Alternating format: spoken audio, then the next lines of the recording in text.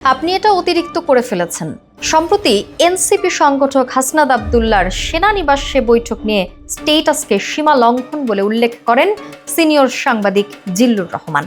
Viral হওয়া একটি video বার্তায় এমন মন্তব্য করেন তিনি বলেন, এত অতি কথন ভালো নয়, আপনি এটা অতিরিক্ত করে ফেলেছেন, সীমা লঙ্ঘন করে ফেলেছেন এবং দেশটাকে একটা বিপর্যয়ের মধ্যে নিয়ে যাচ্ছেন। তিনি বলেন, আমি শুনেছি যে ছাত্র নেতারা বলছেন ৫ তারিখের পরে নাকি অস্ত্র হাতে যুদ্ধ করার পরিকল্পনা করেছেন।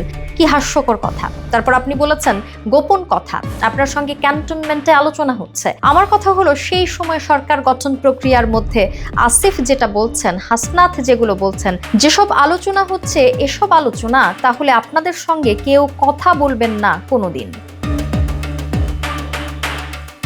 তিনি আরো বলেন যে হ্যাঁ, একটা আলোচনায় অনেক রকমের আলোচনা হয়। আপনি কি সব আলোচনা পাবলিক করেন? আমরা কি সব সময় করি? এই যে শো এর আগে আমার সঙ্গে পলিটিশিয়ানরা যেসব কথা বলেন বা শো এর পরে বলেন, আমি কি সেগুলো অন্য জায়গায় বলে বেড়াই? আর সেগুলো যদি আমি বলতাম তাহলে এত বছরে এই শো রান করতে পারতাম না। তিনি যোগ করেন, আপনারা এখন হয়তো অন্য কারোর স্বার্থে কাজ করছেন।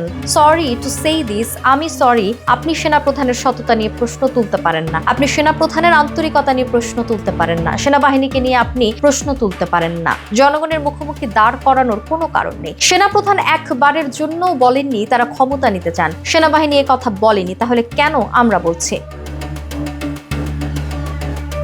তিনি বলেন, যেখানে বিএনপির মতো দল বলছে যে তারা কোনো রাজনৈতিক দল নিষিদ্ধ চায় না, আপনি যদি জনগণের ক্ষমতা চান, আপনি যদি ভোটের অধিকার চান, জনগণকে সিদ্ধান্ত নিতে দেন না। বিএনপি, জামায়াত, আওয়ামী লীগ কে থাকবে কে থাকবে না।